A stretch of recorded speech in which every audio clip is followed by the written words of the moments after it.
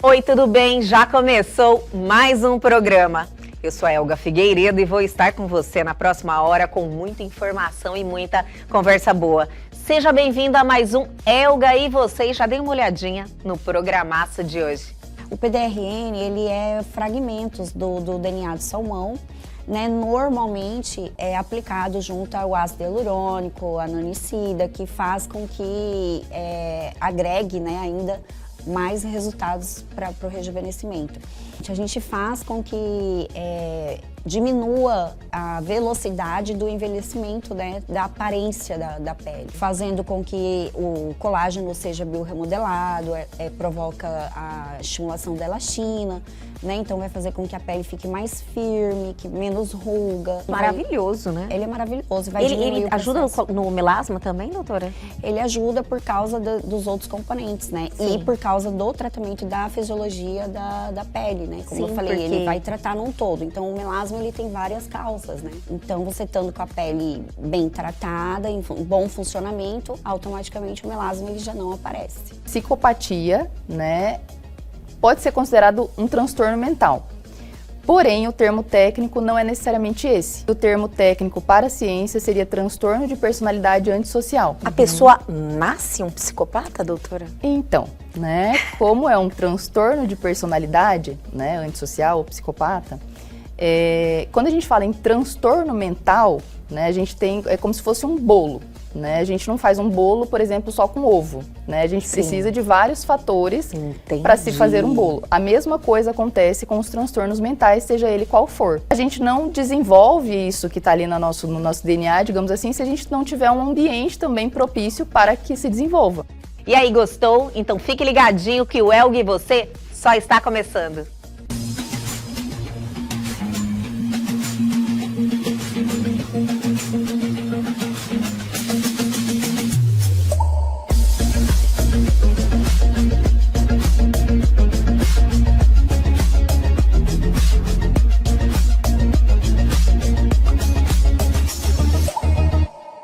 E agora aqui em nosso programa temos um bate-papo espetacular, aquele momento de praticar o autoamor, o autocuidado e também adquirir conhecimento com ela, a doutora Camila Cândido, voltando aqui ao nosso programa. E eu fico muito feliz, doutora, em ter você aqui. Eu que agradeço de novo o convite, estava com saudade. Eu também. Estávamos com a apresentadora substituta maravilhosa. Que fez um trabalho espetacular. Lindo. Eu já agradeci a Pamela inúmeras vezes aqui. E você também, eu quero aproveitar essa oportunidade. Obrigada. Que você esteve presente nesse momento, veio muitas vezes aqui colaborar com a gente, trazendo conhecimento, a sua presença sempre positiva aqui no programa Elga e você. Obrigada, doutora. Eu que agradeço. Doutora Camila, eu sempre gosto de pontuar que o autoamor, o autocuidado, você cuidar de você, acho que traz uma energia boa e você fica mais autoconfiante. A autoestima, ela é maravilhosa. Então, a gente precisa, sim, levar isso como algo, como uma prioridade, diríamos assim, doutora? Ah, com certeza. A autoestima em qualquer fase da vida da gente, ela é importante, né? Então, assim, a gente consegue fazer com que as coisas ao nosso redor fiquem melhor quando a gente está bem com a gente mesma, né? E fica mesmo. E fica. Você se olhar no espelho, né? Se ver melhor. Sabe, eu acho surge aquele sentimento bom, você olha, o dia tá bom, eu estou bem. Acredito que tudo fica melhor, claro, né? A autoconfiança é algo muito poderoso. Eu acho que a autoestima, o poder dela de rejuvenescimento é muito maior do que qualquer tratamento. Né? Adorei! A jovialidade da mente, da cabeça da gente, eu acho que é muito mais importante. Sim. Doutora, hoje nós temos uma pauta falando sobre um tratamento que está em alta, né? Acredito que até foi a Virgínia que fez esse tratamento, o PDRN, é isso? A influencer, né, que acho que ela postou falando sobre esse tratamento que ela estava fazendo e aí todo mundo começou aí a buscar esse conhecimento. e nós trouxemos essa pauta aqui para o Elg Você. O que seria esse tratamento, doutora, PDRN? O PDRN, no Brasil, ele é um tratamento novo, né? Porém, na Coreia do Sul, na Europa, ele já não é um tratamento tão novo. A gente já utilizava ele há muito tempo lá na Europa, então, assim, com excelentes resultados, né? Que maravilha. O PDRN, ele é fragmentos do DNA do salmão, né? Normalmente é aplicado junto ao ácido hialurônico, a nanicida, que faz com que agregue, né, ainda mais resultados para o rejuvenescimento. Ele é um bioremodelador, né, tecidual. Bioremodelador Porque tecidual. tem um bioestimulador, né? Ele é bioremodelador. Exato. Ele também é um bioestimulador porque ele vai atuar na área antioxidante, anti-inflamatória, né? E vai fazer com que aumente, né, a produção de colágeno, de elastina. Lá na Europa, né, aqui no Brasil também tem, a gente utilizava o Profilo, que é também maravilhoso, que é com essa mesma pegada de biorremodelação, que é a medicina regenerativa, né, que daqui para frente não volta mais, né? Olha que coisa maravilhosa. E é algo mais natural, doutora? Trazendo aí esse rejuvenescimento, provocando a pele, ela regenerar? Exatamente. A gente faz com que diminua a velocidade do envelhecimento, né, da aparência da pele, né? Fazendo com que o colágeno seja bioremodelado, provoca a estimulação da elastina, né? Então vai fazer com que a pele fique mais firme, que menos ruga.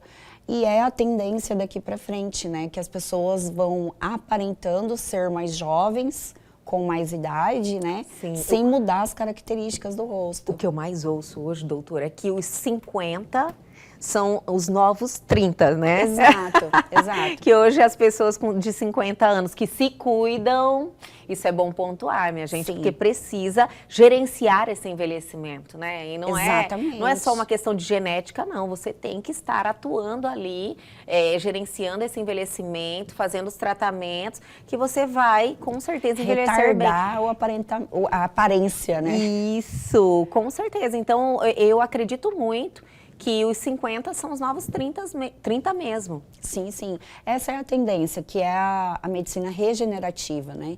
Sim. Que a gente tem aí hoje, que é o PDRN, que entra aí como o mais top, né? Ele é o produto tecnológico. Ele é, diríamos, o tratamento do momento. É um tratamento de ponta, se falando em comestologia tecnológica. Entendi. Né? Então, assim, se tratando de algo mesoterápico, de ativo, o PDRN é o que há de melhor no mercado. Claro que associado a outros tratamentos, né? Ele vai otimizar outros tratamentos porque ele vai trabalhar na fisiologia geral da pele. A doutora Camila sempre pontua sobre isso, né? Gosta sempre da associação, né, doutora? Exatamente. Para o resultado. Exatamente. É porque, assim, a gente quando fala em resultado, né, nós profissionais, a gente sabe o resultado que aquilo alcança em relação à funcionalidade, à qualidade da pele. E o paciente, ele já pensa em estética, ele já pensa em olhar e se ver melhor, né? Então, assim, são diferentes visões em relação aos tratamentos, né? Então, por exemplo, você não vai conseguir remover as rugas estáticas sem botox, né? Sim.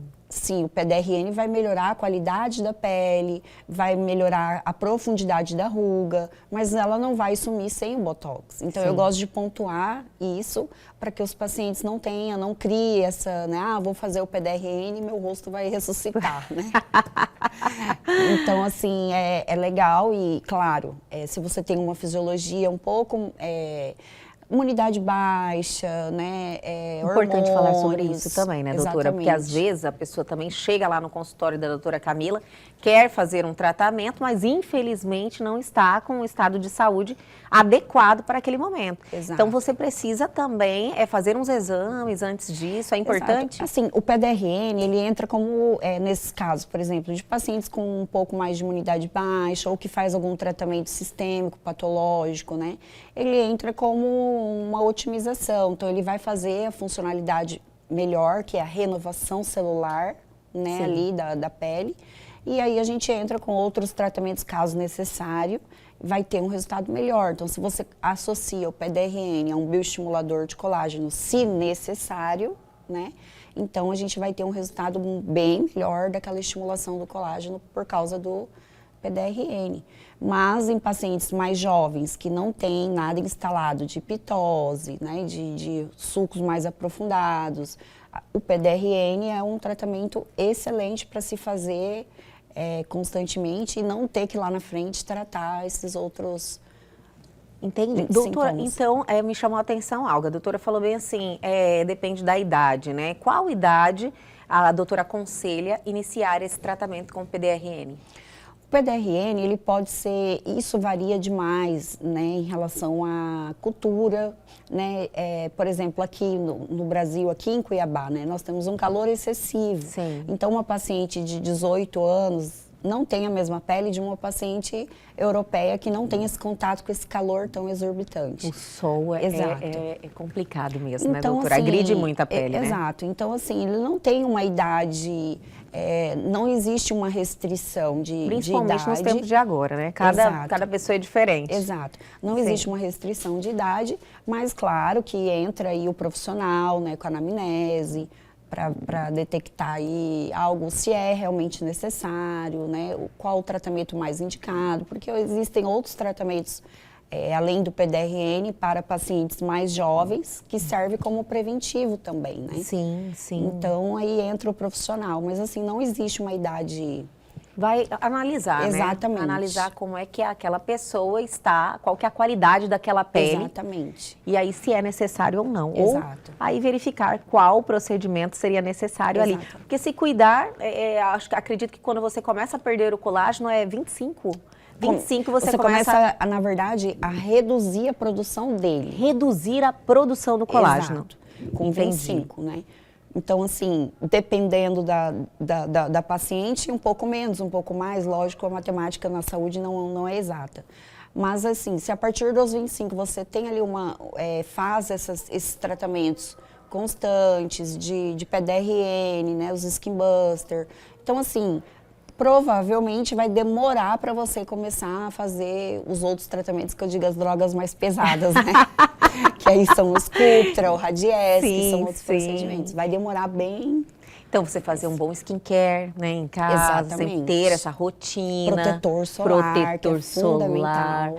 Gente, o protetor solar, eu acho que há muitos anos, né, vem se falando sobre a necessidade, já mostrou aí uma pele que usou protetor e o que Sim. não usou, qual é a diferença disso com o passar do tempo, mas as pessoas ainda são resistentes, né, doutora? E hoje os protetores solar, eles já têm aí, já é um skincare, né? Sim. Porque eles já são compostos com vitaminas, com minerais, tem a barreira física da base. Então, assim, você vai... O com cor é melhor. Com cor é melhor. Olha porque só. tem a barreira física Sim. da base, né?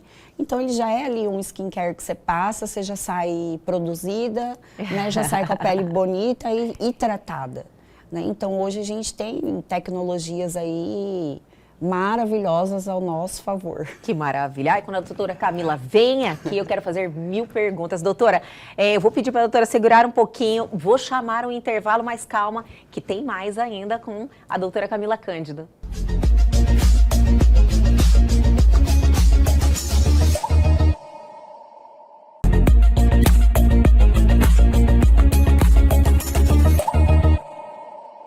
Estamos de volta neste programa maravilhoso, falando de beleza, autoestima, autoamor, com a doutora Camila Cândido, que sempre traz essas pautas maravilhosas. E a gente pode tirar todas as dúvidas aqui. Ah, sim.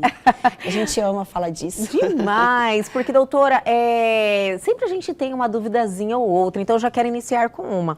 Em que momento você aplica o protetor solar? Porque na nossa rotina tem vários tipos de produtos que você passa. Vou passar uma água micelar, vou passar um clareador, seja uma vitamina C, seja lá qual você usa. Sim. Quando eu passo o protetor, ele é o primeiro? Ele é entre aí ou ele é o último? Sim. Qual que é a ordem? Num protocolo básico de home care, né? Isso. Então, assim, sempre o primeiro passo é a limpeza, a higienização da pele, né? Com água micelar, com algum... provavelmente todos os pacientes já têm o que usa normalmente, né? Sim. Então, faz primeiro a higienização. Em segundo, o sérum, que aí vai depender se você está usando o sérum da noite ou o sérum do dia, porque tem sérums da noite que não podem ser usados durante o dia se houver ácidos, alguma coisa assim, São né? fotossensíveis. Exato. Né? Então, número 2, o passo é o sérum e o 3, o protetor. Sempre o protetor por último. Lembrando que o que é o protetor? Ele é justamente para fechar, tampar as camadas, né, para não passar o VB antioxidante, que é a poluição, fumaça, né? Então ele vai estar ali como proteção. Então tudo que vai tratar vem embaixo e o protetor sempre por cima. Fechando. Exato. Olha, não vou esquecer nunca mais, doutora. Fala, olha, o protetor por último, é o isso o fechamento, né? Vem com um protetor. Porque vira e mexe, surge essas dúvidas, né? Se você inclui mais um produto, outros falam, nossa, em que momento que eu passo protetor solar para fazer se pensar em sentido? protetor, quando você passa ele, se você passa um sérum por cima, ele não vai impermear, né? E para ele impermear, a pele precisa estar bem limpa. Então, assim, é fácil da gente decorar, né? Precisa limpar para o sérum impermear e o protetor selar. Olha, mais que ou menos maravilha. isso. Ninguém vai mais errar agora, depois dessa explicação da doutora. Doutora, estávamos falando no bloco anterior sobre esse tratamento, que é algo maravilhoso, é o que há de mais novo, né? E que está dando aí um resultado maravilhoso, que é o PDRN. Eu quero saber qual é a forma de aplicação, como é que é feito, é com cânula, é injetado? Como é que é o tratamento? Sim, é assim, lembrando que é um tratamento novo no Brasil, né? Na Coreia, na Europa, já é um tratamento utilizado há muito tempo. E lá fora, a forma de aplicação, ela é injetável. Injetável? No Brasil, não é autorizado. No Brasil, a gente tinha no começo a autorização da forma injetável e depois, agora, por enquanto, né, foi suspenso.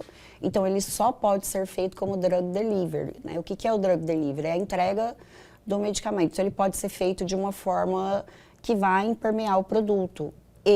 No meu consultório, eu utilizo com o Mesoject, né? Sim. Que o Mesoject é uma forma maravilhosa de você fazer a impermeação dos produtos sem perfurar, né? Só com a eletroporação.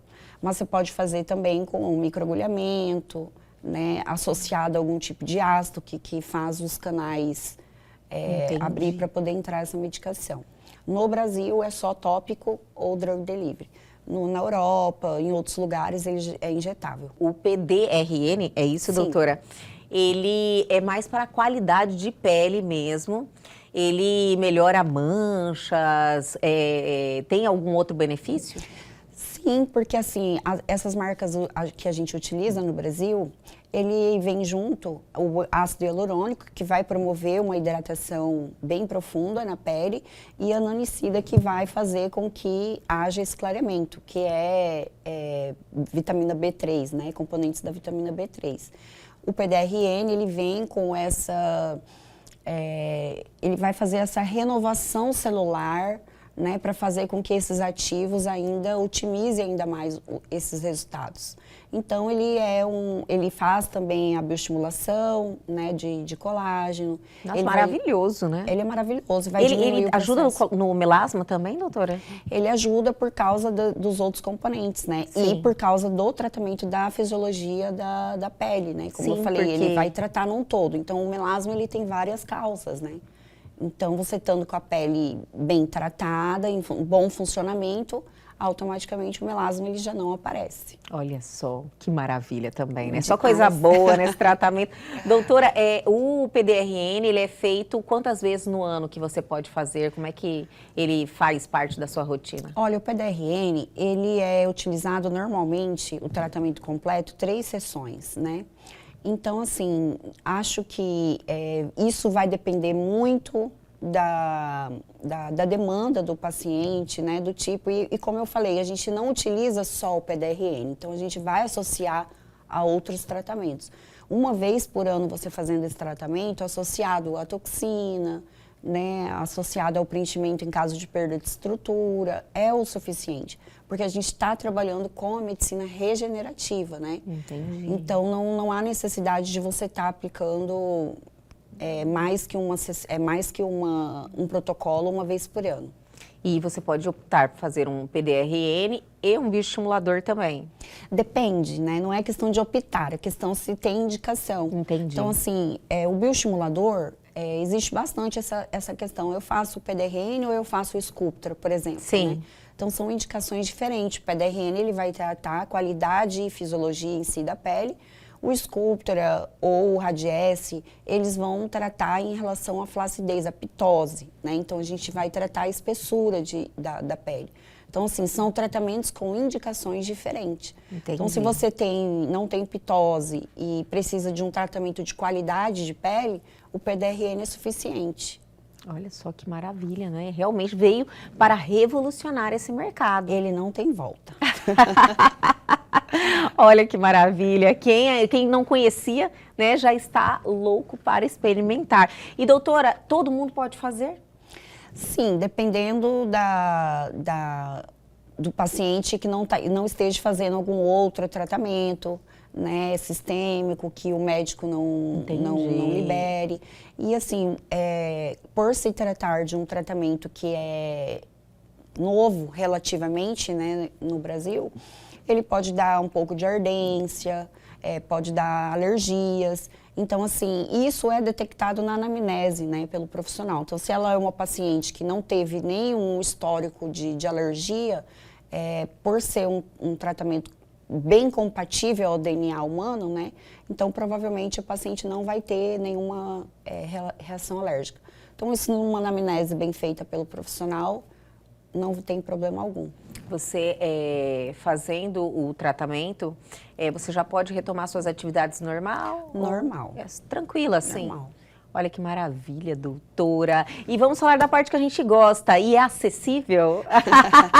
É um tratamento acessível. É um tratamento acessível. É um tratamento acessível, assim, custo-benefício, né? Eu costumo falar muito isso, custo-benefício. O que ele vai me trazer de benefício? Então, assim, se tratando de regeneração, renovação celular, é um tratamento extremamente tecnológico, é um tratamento que, assim, vale muito a pena você estar fazendo o investimento que seja anual, Sim. né? E você vai ter, assim, resultados muito bons. Então, não é um tratamento extremamente caro, não é dos mais caros. Sim. E muito bem, hoje a gente consegue parcelar, né, tratar, vai vários, pagando por sessão. Lógico. Mas o custo-benefício dele é compatível. Excelente, excelente. Olha que maravilha, doutora Camila Cândido, sempre trazendo aí essas novidades, né, tudo que há de novo no mercado e que realmente faz sentido você se utilizar, né, algo que realmente faz a diferença. Exato. É o que hoje a tendência, né, hoje a tendência é essa, é a gente ir tratando e fazendo a retardação do aspecto envelhecido, né? Sem mexer na característica do rosto. Mantendo a naturalidade. As pessoas estão tirando tudo aquilo que estavam fazendo. É verdade, né? Hoje.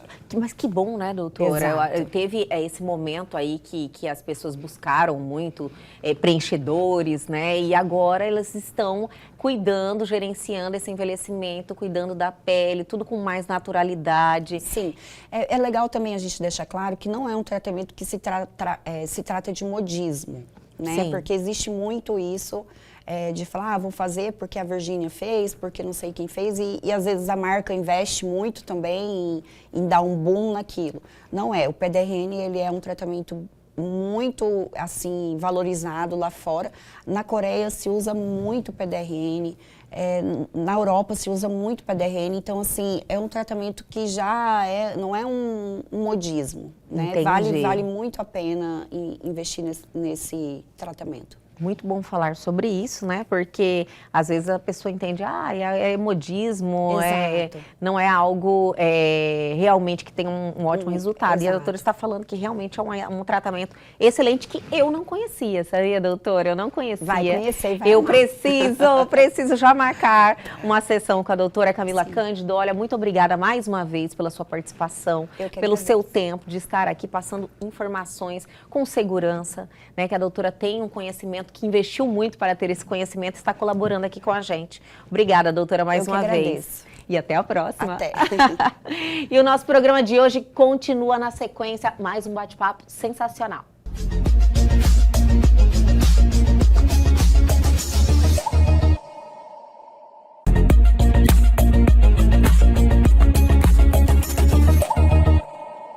E a partir de agora, aqui em nosso programa, temos um bate-papo fantástico. Estamos recebendo aqui a doutora Karen Weimer, que é psicóloga clínica, tem doutorado em psicologia, um vasto conhecimento, que eu estou muito feliz em te receber pela segunda vez aqui, embora o bate-papo não tenha sido comigo, mas eu tenho certeza que foi espetacular. Doutora, seja bem-vinda. Muito obrigada, é um prazer imenso estar de volta aqui. Doutora, eu quero saber um pouquinho das suas atividades. Eu acredito que você já tenha passado um pouquinho, né, no programa anterior, mas você é especialista em terapia cognitiva, né, que você falou? Isso, terapia cognitivo-comportamental. Terapia cognitiva comportamental. Isso. Então, você atua aí como um treinamento? Como é que funciona? Na verdade, a terapia cognitivo-comportamental é uma área da psicologia que trabalha muito as cognições. O que são as cognições? São os pensamentos. Né? E a gente entende que é como um ciclo, né? Pensamento influencia sentimento, que por sua vez influencia comportamento. Né? Então, a gente entende, né, que agindo em qualquer um desses contextos, né, ou no comportamento, ou no sentimento, ou no pensamento, a gente consegue romper aqueles padrões, né, de comportamento. A gente se pega pensando muitas vezes, por que certas coisas se repetem tanto na minha vida? Né? E a gente, agindo em cada uma dessas situações, a gente consegue romper com esses ciclos. Né? Olha só, você tem a resposta, né? Isso, mas o que a gente faz? Normalmente a gente age no pensamento. Né? Então, por exemplo, nós seres humanos, a gente interpreta os fatos conforme as nossas vivências, os nossos contextos, né? Aquilo que a gente estava conversando, inclusive, anteriormente, aquilo que a gente aprendeu dos grupos em que a gente pertenceu na nossa vida. Né? Então, quando a gente consegue identificar esses pensamentos, a gente consegue, então, modificar o sentimento e, consequentemente, o comportamento também. Olha, né? que maravilha. Então, é aí que começa a evolução, né? Exatamente. A gente começa a evoluir em todos os sentidos. Doutora, falando do que nós conversamos um pouquinho antes de iniciar essa entrevista, eu questionei sobre a questão do preconceito, né, em relação a buscar um profissional, fazer uma terapia. É algo que eu tinha esperança que iria melhorar muito pós-pandemia, que as pessoas adquiriram essa consciência, né, mas ainda persiste, né, doutora? Sim. Como eu te falei, o povo fala, vou fazer uma terapia, vou frequentar uma psicóloga, alguma coisa está de ruim na sua vida, ou você tem algum problema mental. Continua, infelizmente. Sim, as pessoas ainda têm um certo preconceito com psicólogo, com psiquiatra, né? Que muitas vezes o psicólogo ele age, né? Por exemplo, no meu caso, nos pensamentos, nas crenças, né? Que surgem ali ao longo da nossa história. E o psiquiatra é o colega médico que vai prescrever medicação, caso seja necessário. Né? Então, normalmente a gente atua em conjunto.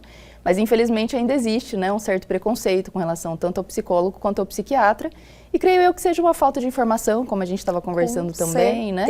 E muitas vezes o que acontece é que um colega, um parente acaba indo, a pessoa vê a evolução, né, do próximo ali e fala, olha só. Talvez eu possa tentar, né? Todo mundo precisa, a gente precisa fomentar aí essa percepção das pessoas, né? A gente precisa cuidar da nossa saúde mental também, adquirir conhecimento, saber lidar com as emoções, né, doutora? Exatamente. Eu sou muito, assim, fã de fomentar isso nas pessoas. Mas, doutora Karen, a nossa pauta hoje é algo que muito se fala, mas até hoje eu tenho certeza que existem muitas dúvidas em relação à psicopatia.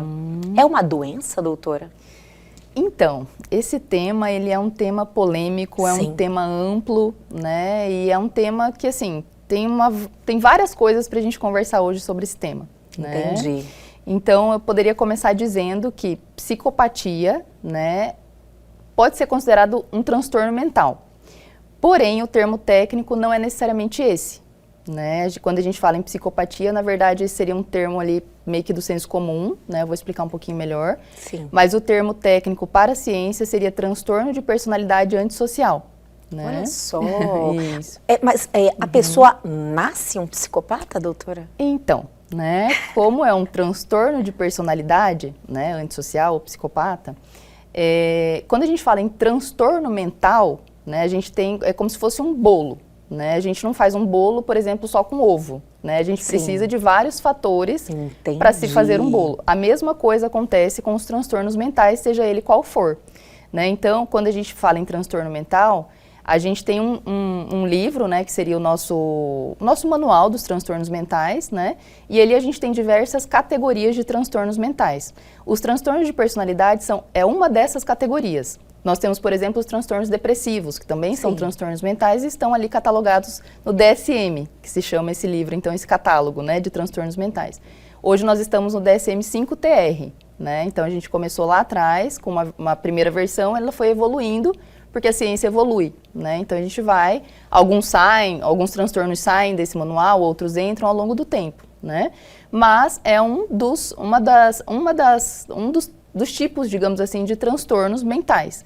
Então, para ser considerado um transtorno mental, ele precisa de várias questões. Então, a pessoa nasce, de certa forma, a gente traz na nossa genética, sim, uma predisposição para certos transtornos mentais de acordo com a nossa linhagem, de acordo com as pessoas, os nossos pais, nossas mães, nossos avós, né? A gente traz, sim, essa carga genética e alguns transtornos são mais influenciados pela carga genética, mas a gente não desenvolve isso que está ali no nosso DNA, digamos assim, se a gente não tiver um ambiente também propício para que se desenvolva. Olha só, que interessante. Exemplo, vamos pegar ali outra parte da saúde ali. Por exemplo, a pessoa pode ter uma predisposição a ter diabetes, mas se ela tem uma vida saudável, se ela tem uma boa alimentação, talvez aquilo ali que esteja no DNA dela, talvez não venha a se desenvolver. Assim é com os transtornos mentais também. Né? Que maravilha. É uma informação, assim, que é um alerta também, né, doutora? Porque a atenção que você tem que ter nessa relação inicial aí com seu filho, você observando, porque antes, como leiga, eu acreditava que a pessoa nascia já com esse transtorno, era algo que não tinha como mudar, entendeu?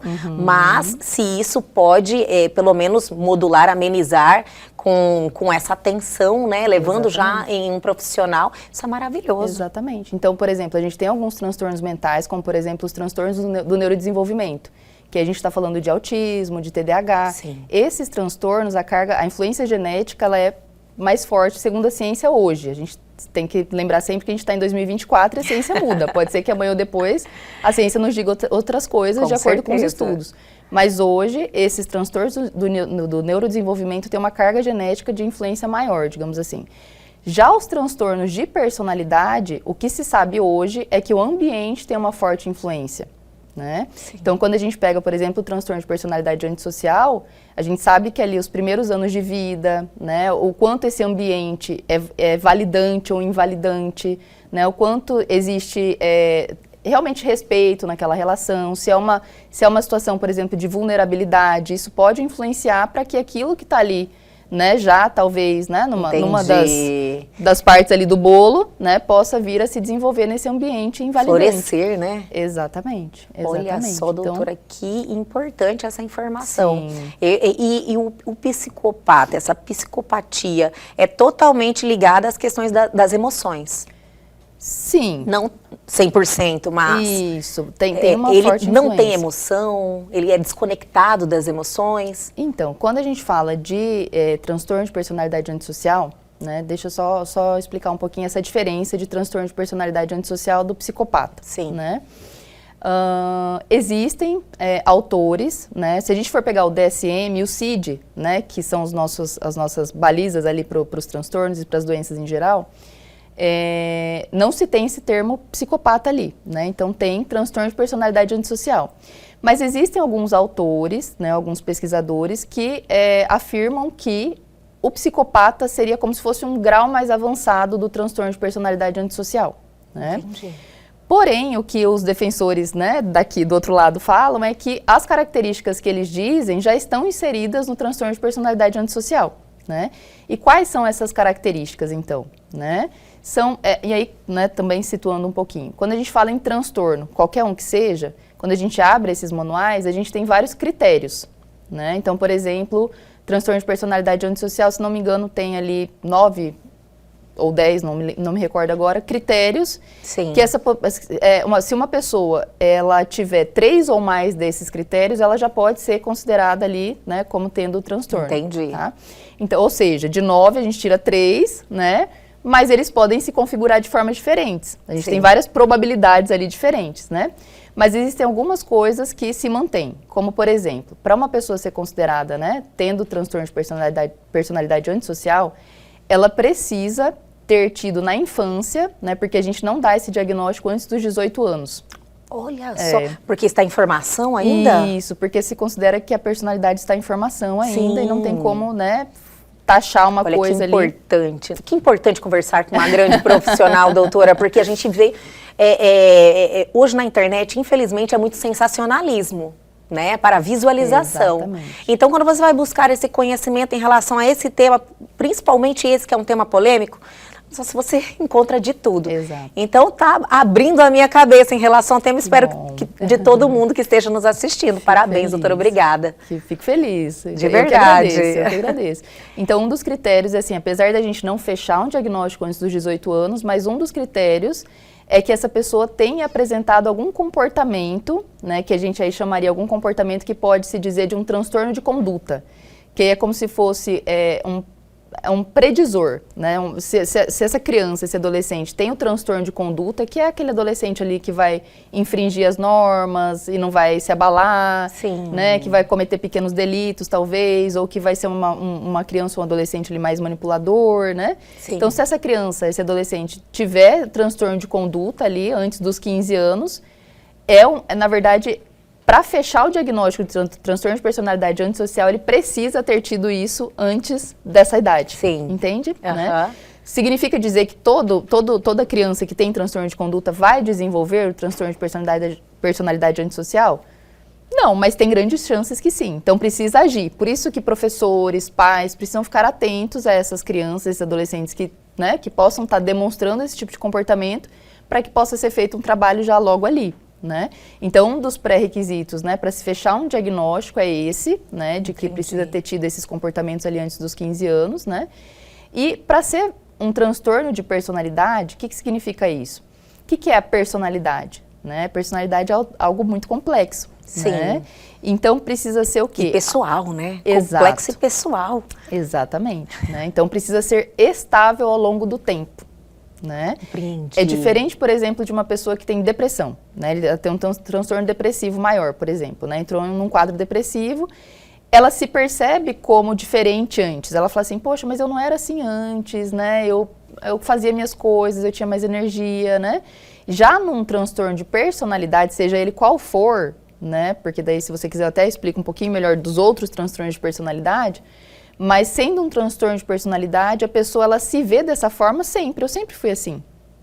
né? A gente até tem um termo que se chama, são questões egossintônicas, faz parte de mim. Eu não me vejo diferente. Ué, mas manipulador, eu sempre fui assim. Sim. Né? Então, até por isso é até difícil essa pessoa procurar tratamento, porque ela não se vê diferente, ela sempre foi assim. Perfeito. Então, precisa ter esse padrão ao longo da vida, né? Precisa ter prejuízo também em 2 ou mais áreas da vida, né? Então, é uma série de critérios, né? Pra gente realmente não cair no senso comum.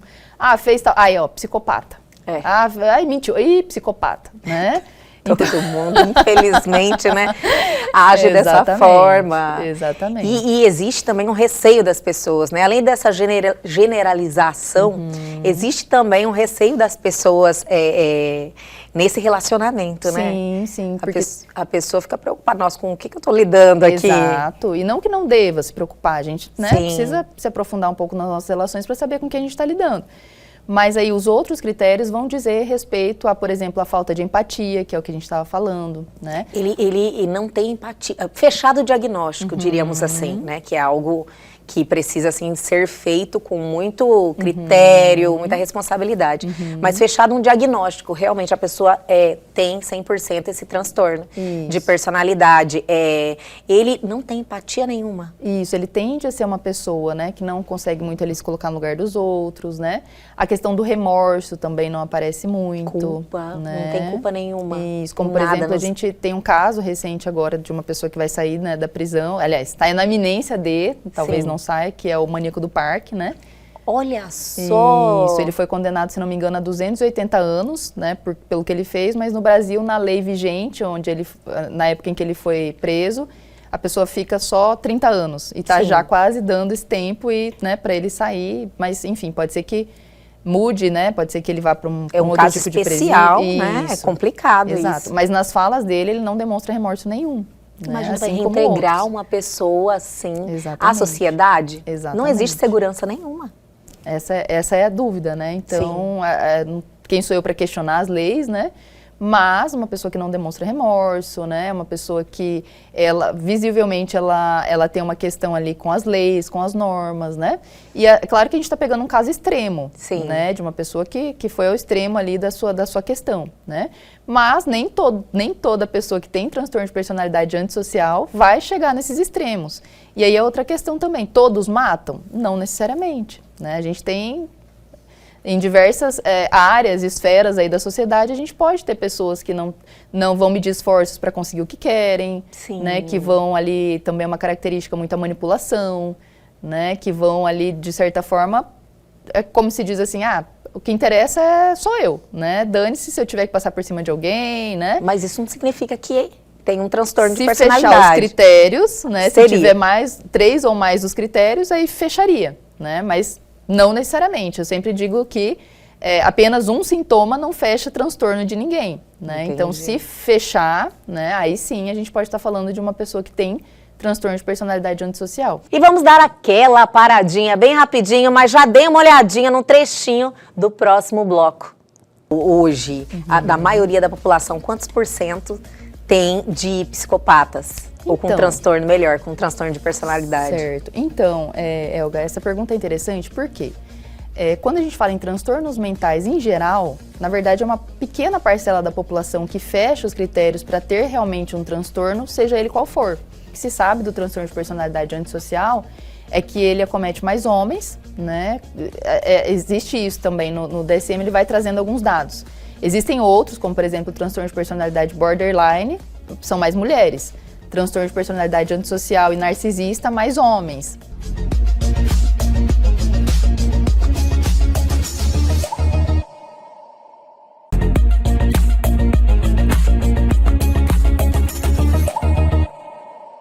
Estamos de volta com esse bate-papo incrível com a doutora Karen Weimer. Tem uma porcentagem já definida, doutora, mais ou menos, com esse diagnóstico fechado? Por exemplo, hoje, da maioria da população, quantos % tem de psicopatas? Ou com transtorno, melhor, com transtorno de personalidade? Certo. Então, Elga, essa pergunta é interessante porque quando a gente fala em transtornos mentais em geral, na verdade é uma pequena parcela da população que fecha os critérios para ter realmente um transtorno, seja ele qual for. né? Sim. Então, isso, né, mais uma vez, volta lá na coisa do senso comum, né? Ah, mãe narcisista, não sei o que lá, psicopata, fulano, é ansioso, enfim, Sim. né? Então, para se fechar mesmo, é uma pequena parcela da população, né? Olha só. Mas existe ali dentro dos transtornos, existe algumas estimativas, né? Então, por exemplo, o que se sabe do transtorno de personalidade antissocial é que ele acomete mais homens, né? Existe isso também no DSM, ele vai trazendo alguns dados. Existem outros, como por exemplo o transtorno de personalidade borderline, são mais mulheres. Transtorno de personalidade antissocial e narcisista, mais homens, né? Histriônica, que é outro transtorno de personalidade, mais mulheres, né? Então Sim. tem essas diferenças. Estima-se, se não me engano, em torno de, talvez, não chega nem a 5% da população geral, né? Que tem o transtorno, né? Fechado, diagnóstico. Não é muito, não é pouco, mas também não é muito, né? Mas um dado interessante também, é um dado dos Estados Unidos, não é do Brasil, mas que, por exemplo, onde estão essas pessoas, né? Esse dado vai dizer que nas penitenciárias dos Estados Unidos, em torno de 50% tem transtorno de personalidade antissocial. Olha só. E aí, confirmando mais uma vez os critérios ali, né? Que são pessoas que não vão medir esforços para conseguir o que eles querem, se precisar. É óbvio, né? Não todos, mas se precisar, né, de repente fazer alguma coisa que infringe a lei, né? Ele não vai medir esforço. Acaba tendo essa tendência, né? Isso. E acaba infringindo a lei e parando lá, né? Diríamos assim, né, doutora? Exatamente. Então, esse é um dado interessante. Doutora, existe algum monitoramento dessas pessoas? Então. Tipo, identificado, fechado o diagnóstico. Por exemplo, a doutora Karen tem um paciente, fechou o diagnóstico. Existe uma comunicação, alguma coisa que precisa ser feito em relação, ou realmente é algo que é sigiloso? Então, porque isso também é um mito, né? Todo paciente que fecha diagnóstico de transtorno de personalidade antissocial necessariamente vai cometer um crime, alguma coisa nesse sentido? Não, né? E assim, essa pergunta é muito interessante também, porque assim, normalmente eles não vão nem procurar terapia, né? Adorei, doutora Karen. Normalmente não vai. Ele acha, eu não preciso de tratamento. Não vai. Poxa, sou ótimo. Né? Eu? Não. Tem Quem problema é você para me tratar? O problema é você que tem emoção, né? Que chora por qualquer coisa. Exatamente. Né? Mas assim, vamos supor que ele tenha procurado por algum motivo. Sim. Se ele está em tratamento, se ele está em terapia, aí eu vou usar essa abertura que eu tenho, esse vínculo que eu tenho, porque é muito difícil ele estabelecer um vínculo assim, né? Caso isso acontecesse, eu ia explicar para ele, assim como eu faço com todos os outros transtornos, eu explico para a pessoa, olha, o que você tem é isso. Posso até abrir o DSM ali, olha, isso. Você concorda, né? O que você acha? Caso ele concordasse e tudo mais, a gente ia começar a trabalhar alguns pontos, algumas habilidades que ele precisa para conviver melhor, para sofrer menos. Na verdade, essa pessoa dificilmente ela vai sofrer. Na verdade, ela vai fazer os outros sofrerem. Né? E aí, às vezes, acontece, né? Uma pessoa que tem um transtorno de personalidade procurar tratamento, não porque ela está sofrendo, mas porque as pessoas ao redor dela estão falando, olha, a mulher falou, ó, ou você procura tratamento ou eu separo. Né? O chefe falou, ou você se trata ou você está despedido. Né? Por essas questões, né, do relacionamento. Exatamente. Ali, porque ele se ama e ele tem noção do certo e errado também, né, doutora? Essa é uma outra questão, né, porque assim, para a justiça isso é importante, né, se a pessoa é considerada imputável e inimputável, uma coisa assim, não lembro direito o termo. Sobre a capacidade mesmo, né, incapaz, se ele é totalmente incapaz. Exatamente, então vamos supor, a pessoa cometeu algum crime, né, e ela tem um transtorno de personalidade antissocial.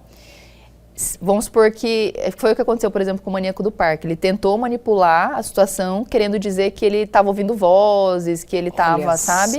E aí foi feita uma bateria de testes, né? Não sou eu que estou dizendo que ele tem um transtorno, mas foi feita uma bateria de testes por psicólogos forenses e foi identificado que ele tem um transtorno. Ou seja, identificaram que ele não estava ouvindo vozes, isso era uma manipulação. Poderia ser? Até poderia, mas eles identificaram que não, né? Então vamos supor que ele realmente estivesse ouvindo vozes. Aí, no caso, seria um outro tipo de julgamento, porque daí ele não teria consciência, talvez, do que ele estivesse fazendo, né? Mas no caso, não. Se a pessoa tem apenas o transtorno de personalidade antissocial, ela é considerada, ali, ela sabe o que ela está fazendo, né? Nem tanto que não faz na frente de todo mundo, esconde, né? Exatamente. Então isso aí mostra que a pessoa sabe que aquilo ali... Exatamente, ela sabe, ela tem noção do que é moral, do que não é, do que é permitido, do que não é, mas para ela só interessa a mim mesmo. Né? Então, se eu precisar, eu vou fazer. Esse é um ponto, doutora, para uma pessoa fechado o diagnóstico, tipo, ela é o centro. É isso? Basicamente, A sim. pessoa é o centro. Basicamente, sim, né? Então, eu não sinto remorso se eu te machucar, se for, eu quero, né? Tá te machucando, não tô sentindo nada. Né? Então, assim, o que interessa é a vontade dela, os desejos dela, o anseio dela, né? Então, isso é bastante frequente nas pessoas que têm transtorno de personalidade antissocial. Inclusive, se não me engano, já está até demonstrado que essas pessoas têm, a nível ali anatômico, cerebral, né, tem algumas questões interessantes, né? Existe uma mudança ali na questão anatômica mesmo? É diferente? A gente precisa sempre tomar um certo cuidado para falar sobre isso, né? Pra gente não cair né? Enfim, né?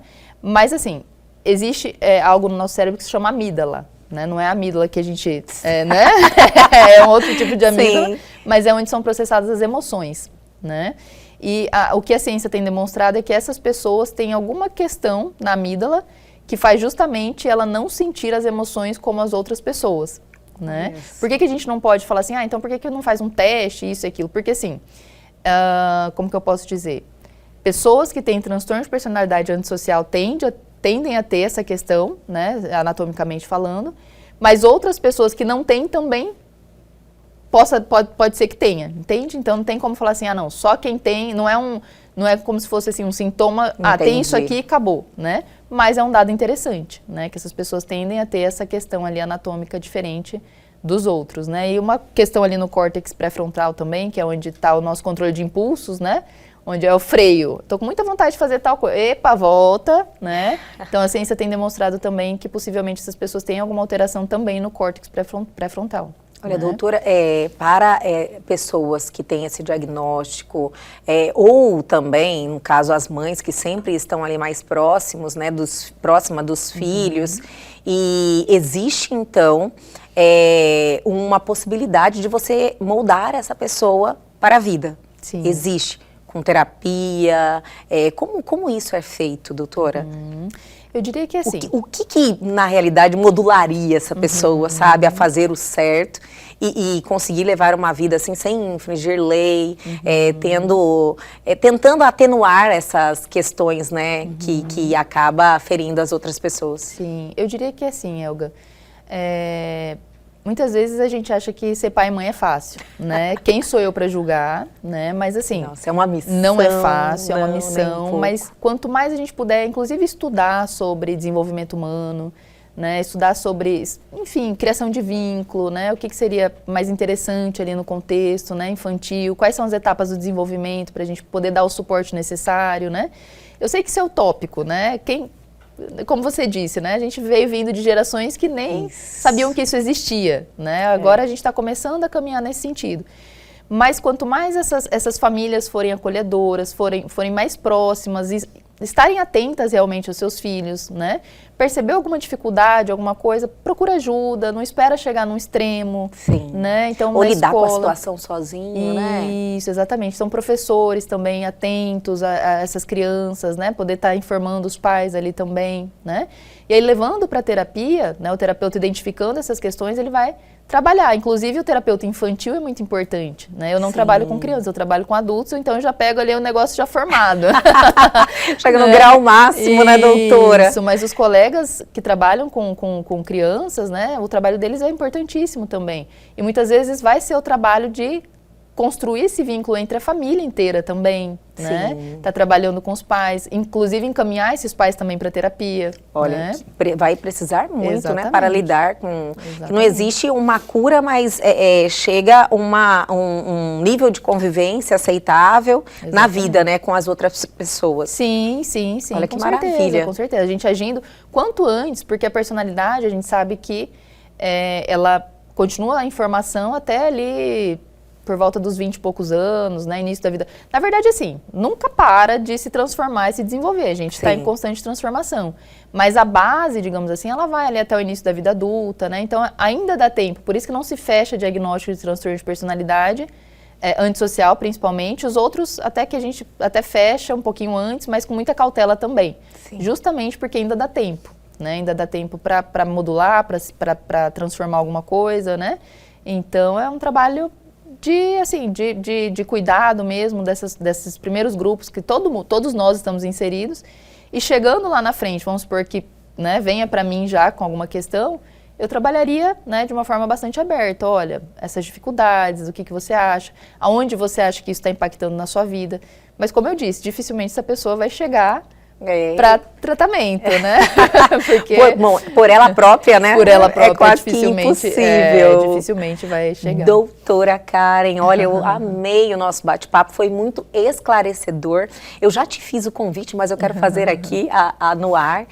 Quero que você retorne aqui ao nosso programa para a gente dar sequência eu acredito que passar esse conhecimento, que é tão importante, né, para as pessoas, que você faz essa provocação e de repente a pessoa toma decisões, né, decisões importantes que mudam a vida dela e da possível família que esteja em volta dela, né, doutora? Eu te agradeço muito por estar aqui com a gente hoje, compartilhando seu conhecimento e te aguardo logo aqui no Elgue Você novamente. Eu que agradeço, fico à disposição, foi um prazer enorme estar aqui com você hoje. Muito obrigada. Obrigada. E o nosso programa de hoje fica por aqui, mas calma que a semana só está começando. Aguardo vocês amanhã às 21h30 aqui na TV Pantanal, canal 22.1. E se você quiser rever este programa, acesse o QR Code que está aí na sua tela. Até amanhã.